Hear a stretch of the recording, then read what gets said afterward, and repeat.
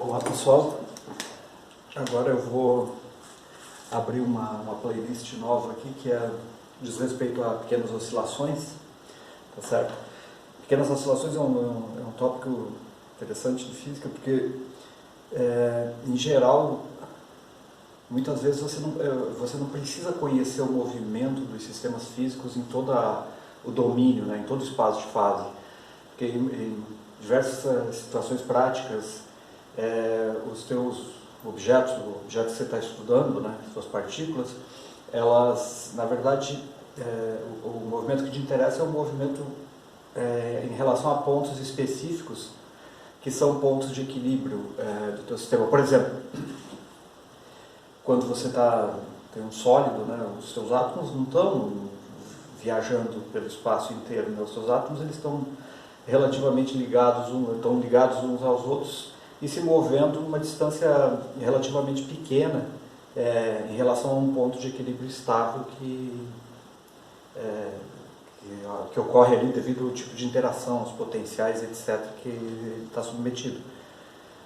Se o seu sólido fundir, daí essas ligações são rompidas, daí os átomos podem viajar pelo espaço inteiro ali, né, certo? Mas enquanto o sólido for um sólido, você pode estudar o movimento dos átomos em torno de pontos de equilíbrio, tá certo?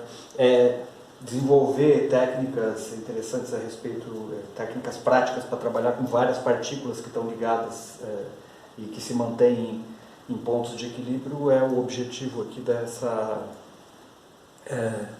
desse assunto que se chama pequenas oscilações. Eu imagino que algumas coisas que a gente vai ver aqui já foram vistas no curso de mecânica geral, mas vou dar uma relembrada, tá certo? Então, para fazer isso, para iniciar aqui, eu vou pegar um exemplo bem conhecido, que pode ser encontrado no livro do Nivaldo Lemos, por exemplo, está resolvido, que é um exemplo bem ilustrativo, que eu acho que vale a pena dar uma olhada. Então, a gente vai começar a ver pequenas oscilações.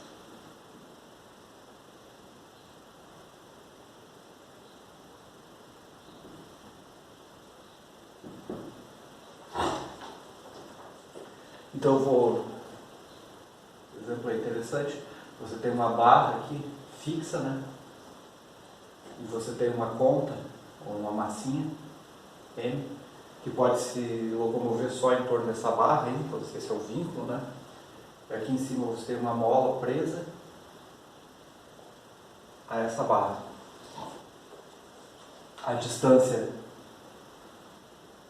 entre esse ponto aqui e a barra, vou chamar de H, e a mola, representada por uma constante elástica K, tem comprimento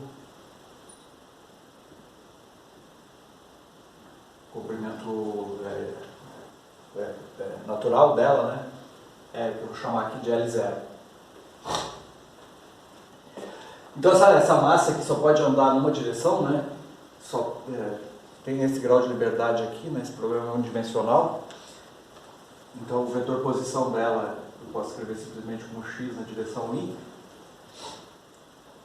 Energia cinética é meio de m x ponto ao quadrado. Ok? Bom, a energia potencial agora tem que tomar um cuidadinho, né? Porque se fosse uma mola nessa direção aqui, era simplesmente k delta x, k delta l quadrado sobre 2. Essa mola está numa posição não linear. Note antes de a gente resolver o seguinte, né? Você tem uma relação entre L0 e H. Em algumas circunstâncias, aqui eu vou definir o meu zero aqui, né? Nesse ponto, esse aqui é o meu eixo x. Quando a massa está nesse ponto, a mola vai estar esticada. Se ela se desloca para os dois lados, ela tende a voltar para aquele ponto. Em outras circunstâncias, dependendo da relação entre o tamanho L0 e H, quando estiver nesse ponto zero aqui, a mola vai estar comprimida. Então, se você fizer pequenas oscilações, ela vai tender a jogar a massa para lá ou para cá. De modo que, sem resolver, você tem situações em que a mola tende a oscilar em torno de zero e outras situações em que ela tende a oscilar em torno de dois pontos que estão fora, nessa região aqui, deslocados A gente vai dar para calcular aqui quais são esses pontos, né? Então isso aqui forma um triângulo, né? Eu tenho a altura H, o deslocamento aqui X, aqui o comprimento total da mola, dada a posição X da massa aqui, né? Então, a mola vai estar despendida ou comprimida uma quantidade ΔL, que vai ser L menos L0. Então, ΔL vai ser a raiz de H ao quadrado mais H ao quadrado mais X quadrado, né? Menos L0. Ok? Então, a minha energia potencial V de X vai ser K sobre 2, a constante elástica da mola, vezes raiz quadrada de H quadrado mais X quadrado menos L0 tudo ao quadrado, que é ΔL quadrado, né? De modo que a minha lagrangiana desse sistema, T menos V, né? É meio de M x ponto ao quadrado menos K sobre 2 x quadrado de H quadrado mais x quadrado menos L0 quadrado. Seria a lagrangiana aqui do sistema. Aí eu poderia tirar as equações de movimento aqui, mas aqui não tem exatamente interesse agora tirar as equações de movimento completas, justamente porque a gente vai querer ver o que acontece em torno dos pontos de equilíbrio e não quais são os pontos de equilíbrio e não tirar as equações de movimento. Quem quiser, escreve as equações de Lagrange e tira as equações de movimento desse sistema.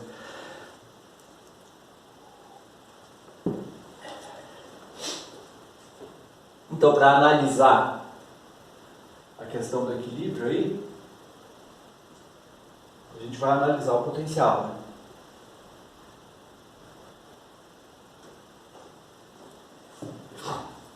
Então, essa função potencial é a função de x e os pontos de máximos e mínimos desse potencial são tirados através da derivada, né?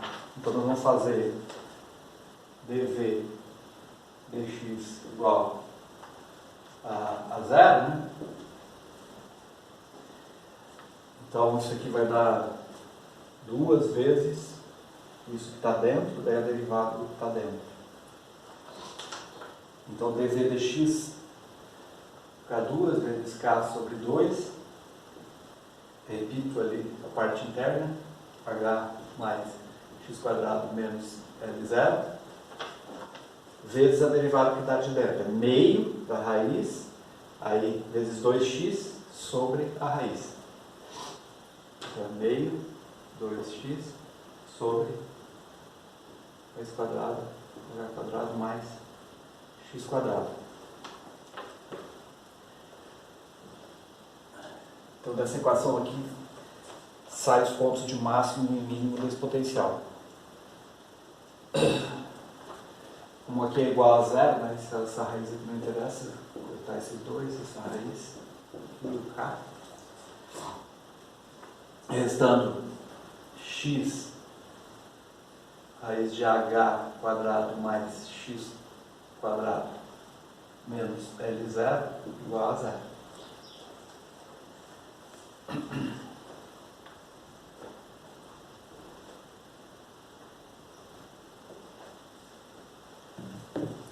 Então, os pontos extremos aí dessa função, um diretamente é x igual a zero, as raízes, né? X igual a zero, e o outro sai de dentro do parênteses aqui, né?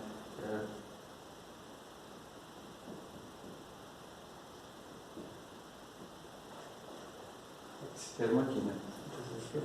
É um ponto, né? Então, tirando o quadrado aqui, você vai ficar com x quadrado mais h quadrado menos L0 quadrado igual a zero. Ou seja, x vai ser mais ou menos raiz quadrada de L0 ao quadrado menos h quadrado. como isso aqui é uma raiz, né? E vou redesenhar aqui, né? Para a gente lembrar. Aqui eu tenho H e L0 é o comprimento, H é a altura do ponto de fixação da mola lá em cima e a haste onde o X está, onde o objeto está correndo, né? E L0 é o comprimento da mola. Então eu posso trabalhar com essas alturas. Eu poderia subir e descer essa altura aqui, por exemplo, fixando o comprimento da mola. Então, L0 maior do que H vai dar duas soluções possíveis. Se L0 é menor do que H, isso aqui só vai ter solução, só vai ter raiz imaginária. Então, saem duas circunstâncias distintas aí, tá certo? Se L0 menor do que H maior que L0, então tem uma raiz, né?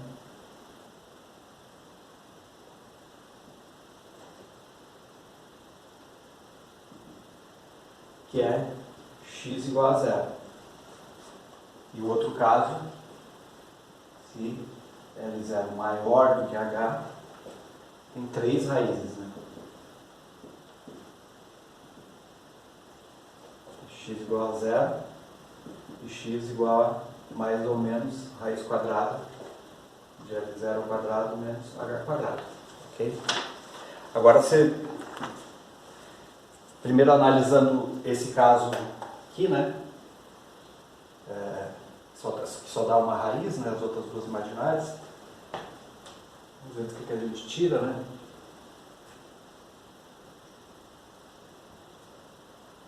Posso apagar aqui.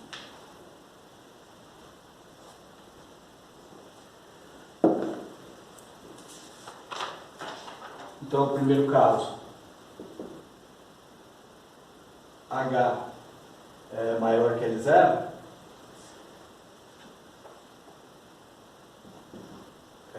a raiz está em x igual a 0. Só lembrando aqui o nosso potencial V de x, então ele é K sobre 2, raiz de H quadrado mais x quadrado menos L0 ao quadrado. L0 ao quadrado, ok? Então, colocando x igual a 0 aqui, você vai ver que o potencial V de 0 ele vale K sobre 2, H menos L0 ao quadrado. Aqui eu preciso, na verdade, tirar a segunda derivada e verificar o sinal, mas nesse caso aqui, como só tem uma raiz, x igual a 0, se você colocar x indo para menos infinito, mais infinito, como isso aqui é quadrático, ele vai para mais infinito, menos infinito, com uma raiz em 0, então a curva desse potencial só pode ser separável aqui, nesse caso. Aqui você tem uma coisa assim, né? Aqui é V de x, né? Aqui é V de 0.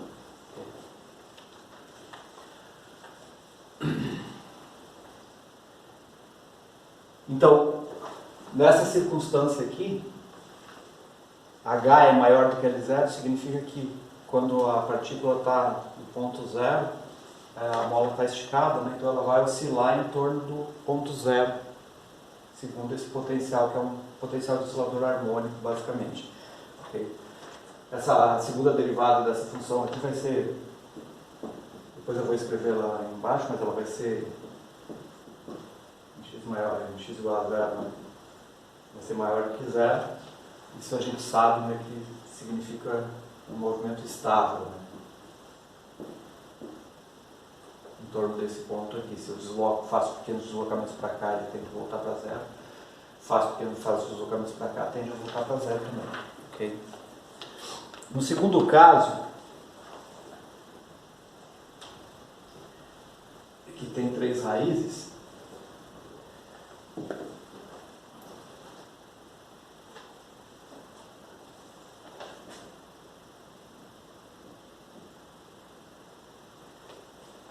seja,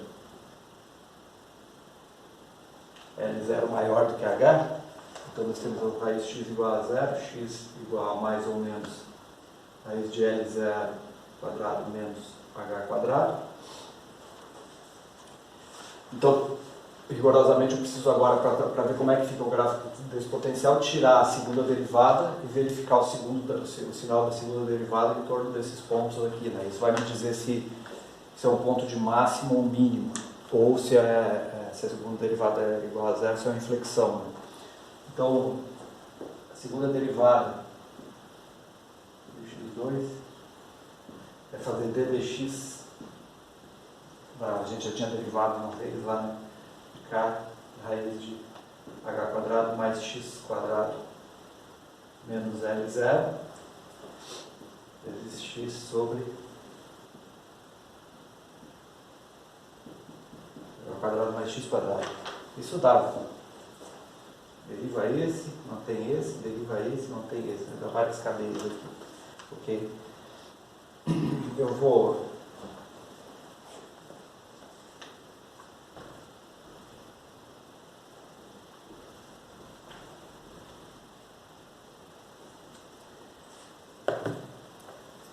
passar aqui para vocês, segunda derivada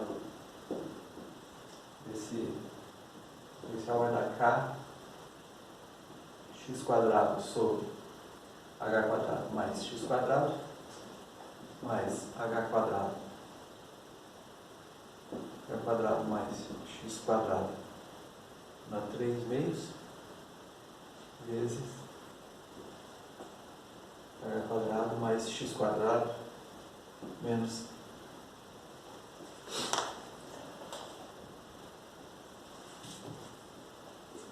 L0. Isso aqui. Então agora analisar o sinal disso aqui é testar quanto que vale essa função em x igual a 0 e nesses dois pontos aqui, ok? Eu não vou fazer isso completamente, né? Está resolvido no livro, mas só para discutir um pouco aqui com você, na parte mais introdutória. Então, por exemplo, no caso D2V dx2, na raiz x igual a 0, isso aqui vai dar K H menos L0 sobre H. Como L0 é maior que H, L0 é maior que H, então isso aqui é negativo, né? Então essa segunda derivada aqui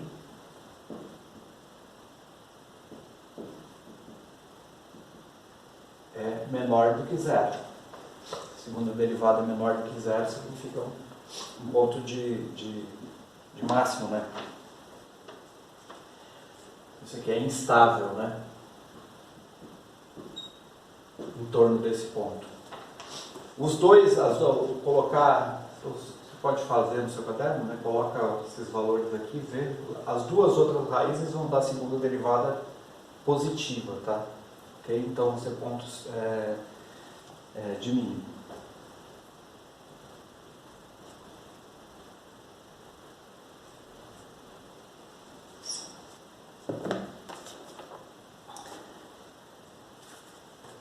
Então, terminando aqui, se você olha em termos gerais, né, como é que vai ser esse gráfico, era aquilo que a gente tinha comentado, né? Se você está numa situação em que L0, o comprimento da mola é maior que H, quando ele passar no ponto zero, e você fizer pequenos deslocamentos, a mola vai empurrar a massa, ou no sentido da esquerda ou no sentido da direita, até atingir um ponto de equilíbrio, né? Então, a função desse potencial aqui, a curva desse potencial, uma coisa assim. Aqui em torno de zero, você tem um ponto de equilíbrio instável. E aqui entre esses dois pontos, você tem dois pontos de equilíbrio estáveis, que são as duas raízes aí que a gente calculou. Okay?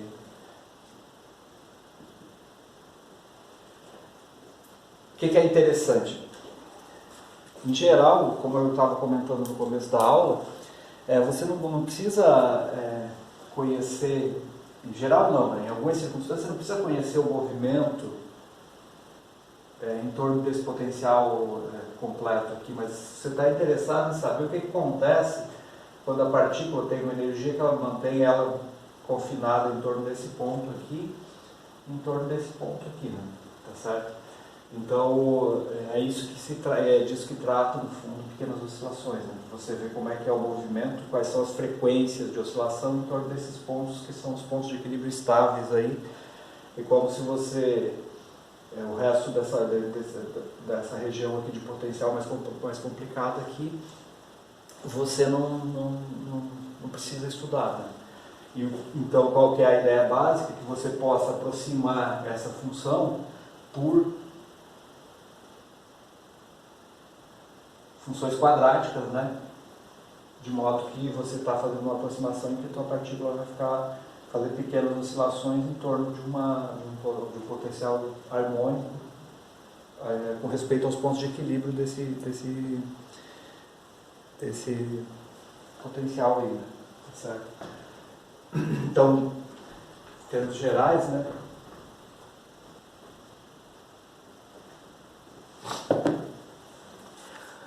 Você tem os pontos de equilíbrio estáveis.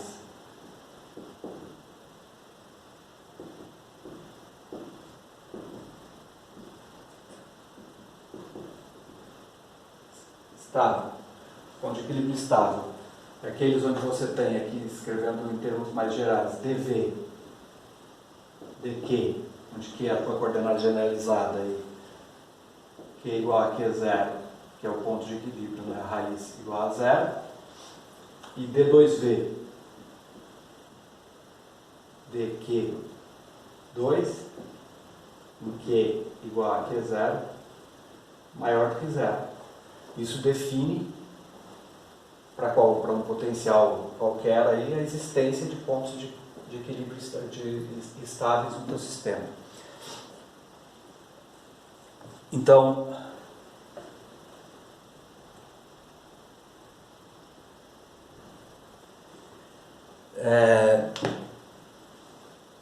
se você está interessado em estudar o movimento só em torno desses pontos de equilíbrio, né, a tua coordenada Q, então ela vai estar em torno do Q0, mais uma pequena oscilação que aqui a gente vai chamar de eta, tá certo? Em torno daquele ponto de equilíbrio Q0. Então é até um deslocamento aqui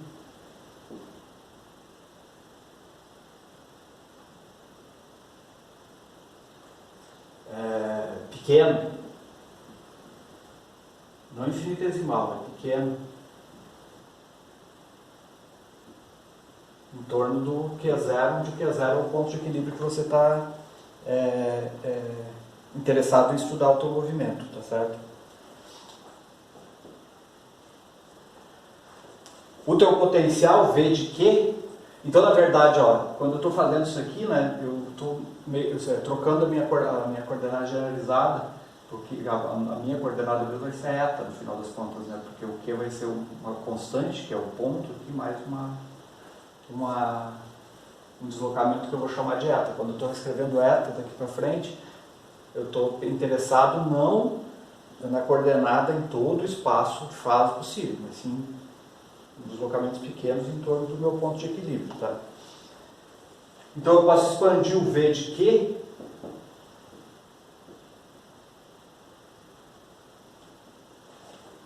expandindo em torno desse ponto de equilíbrio. Né?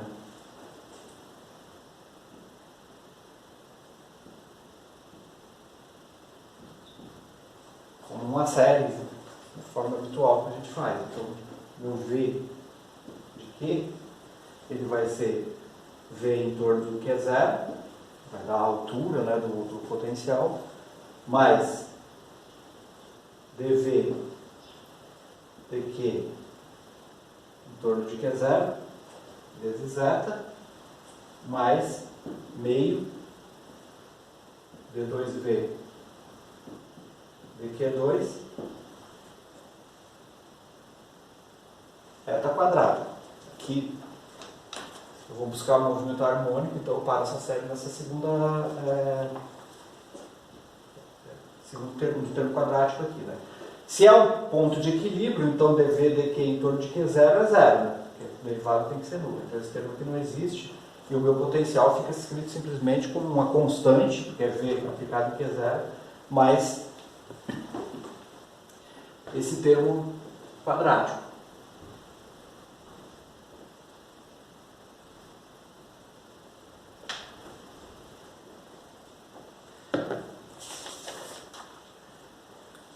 Se é um ponto de equilíbrio, então d2v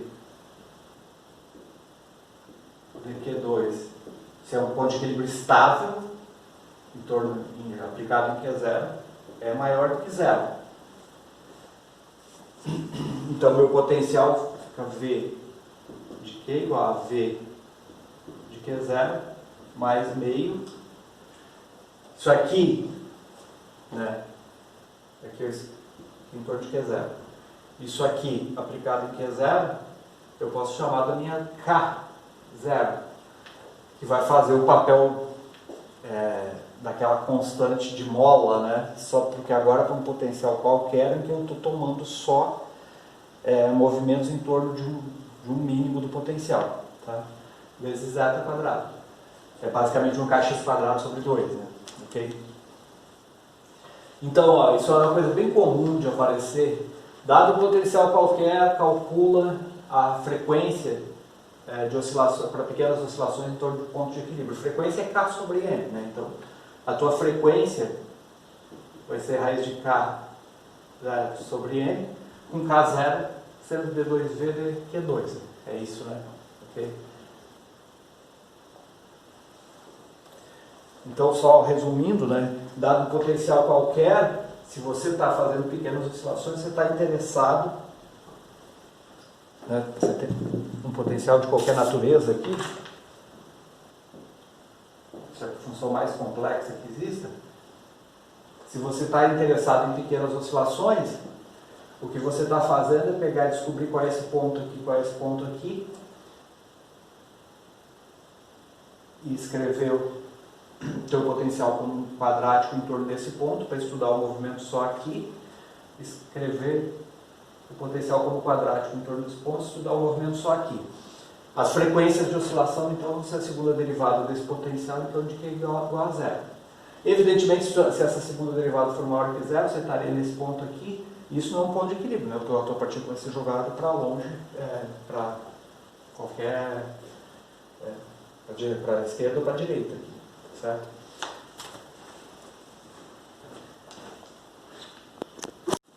Uma outra situação que existe, que a gente pode também dar uma olhada rápida aqui, depois nós vamos generalizar isso aqui para um sistema de N partículas que estão submetidas a pequenas oscilações em torno de ponto de equilíbrio. Aqui a gente está vendo uma partícula só, mais relembrando, né, algumas coisas. Uma outra situação que você tem é a questão do equilíbrio dinâmico, né? Que é que o seu sistema pode, em sistema de mais de uma dimensão, ele pode atingir um movimento estável, né? Que a gente chama estacionário, em certas circunstâncias. Por exemplo, você tem uma cuba, uma bacia que você joga uma bolinha, né? E ela pode fazer um movimento circular estacionário em torno desse ponto, né? Então isso seria uma situação de equilíbrio dinâmico, né? Ou que a gente chama de movimento estacionário, né? Para ver um exemplo desse movimento estacionário, um caso bem típico é o pêndulo esférico.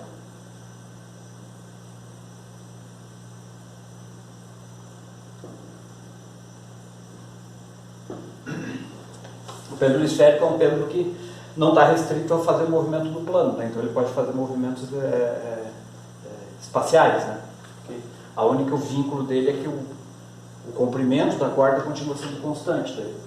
Em todo caso, o pêndulo esférico,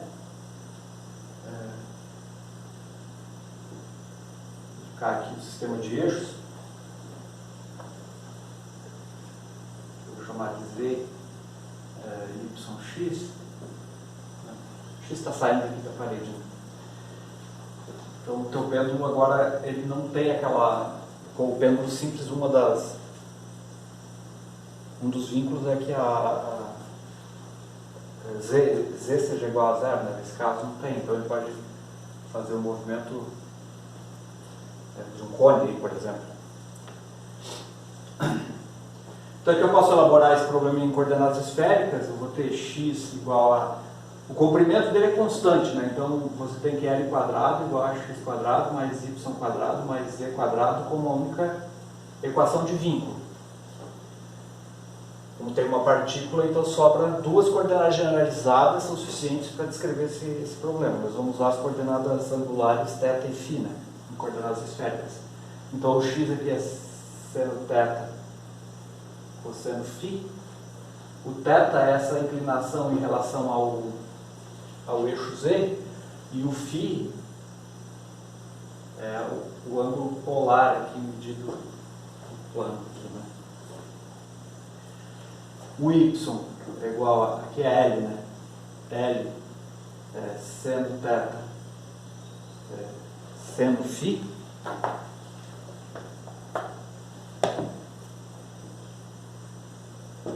E o z é L cosseno θ. Okay. Bom, aqui, vou tirar os pontos aqui, né? Para tirar a velocidade generalizada. Então é L θ ponto cosseno θ cosseno φ menos L seno θ seno φ φ ponto y ponto igual a L θ ponto cosseno θ seno φ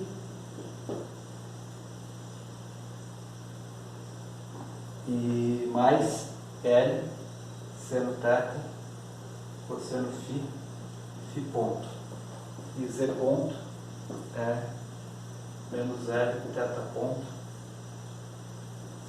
seno θ.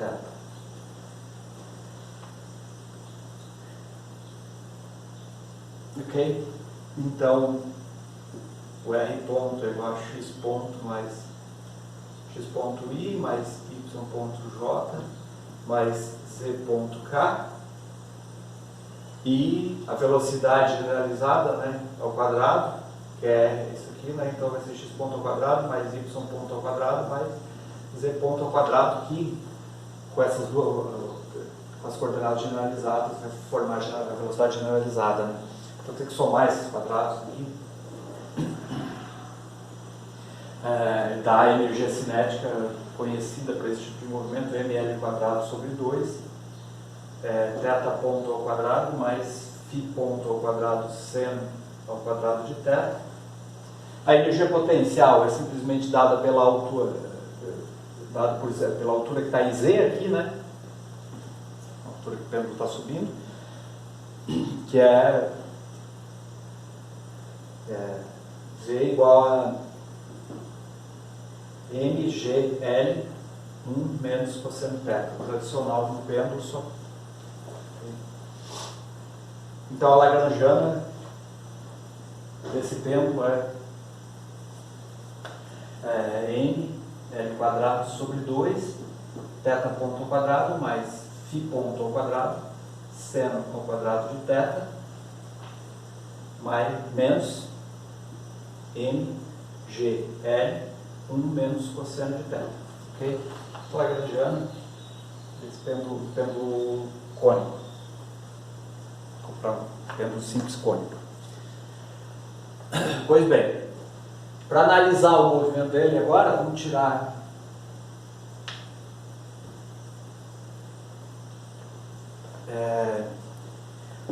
a equação de movimento para θ ponto, por exemplo. Note que aqui, ó, se você fizer por inspeção, o existe um momento conjugado aqui que é constante, né? Lembrar dessas coisas, poderia escrever inclusive hamiltoniano aqui, se você quer treinar, escreve hamiltoniano aqui, você pode tirar as equações de Hamilton nesse problema, inclusive, pode trabalhar nele de várias formas. O φ é cíclico, ó, porque só aparece φ ponto nessa lagrangiana. Então, o Pφ é uma constante de movimento para esse problema. Tá? Eu vou tirar a equação de Lagrange para θ aqui, né?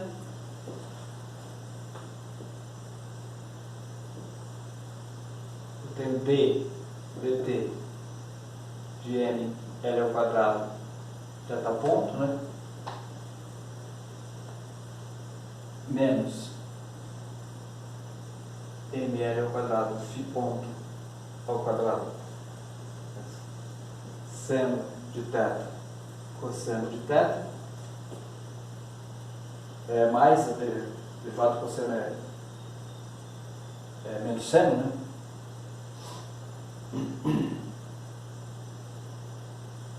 M GL seno de θ, isso aqui igual a zero.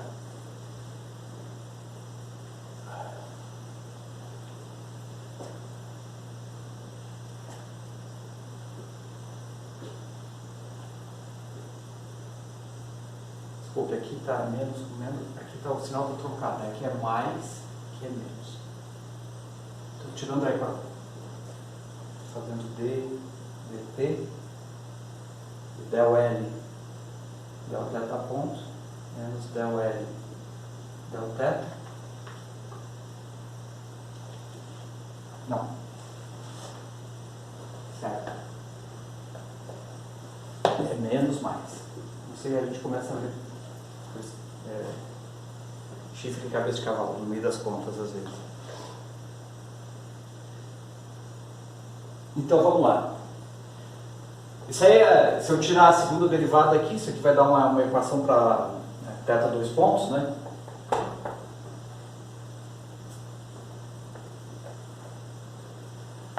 Mas não me interessa fazer isso, tá? Porque, olha só, esse pêndulo, se eu der a velocidade correta na direção φ, ele vai se movimentar com θ ponto constante, ok? Então, fazendo um pêndulo cônico, né? Ok? Então, se eu fizer que θ ponto é igual a constante, aqui, esse termo aqui é nulo. E eu fico com isso aqui igual a zero. Ou seja, m L quadrado φ ponto ao quadrado seno de θ cosseno de θ igual a mgl seno de θ. Corta aqui, corta aqui, corta aqui, corta aqui. Fica φ ponto ao quadrado, corta o seno também. Φ ponto ao quadrado cosseno de θ é igual a g sobre L. Ou cosseno de θ igual a g sobre L φ ponto ao quadrado.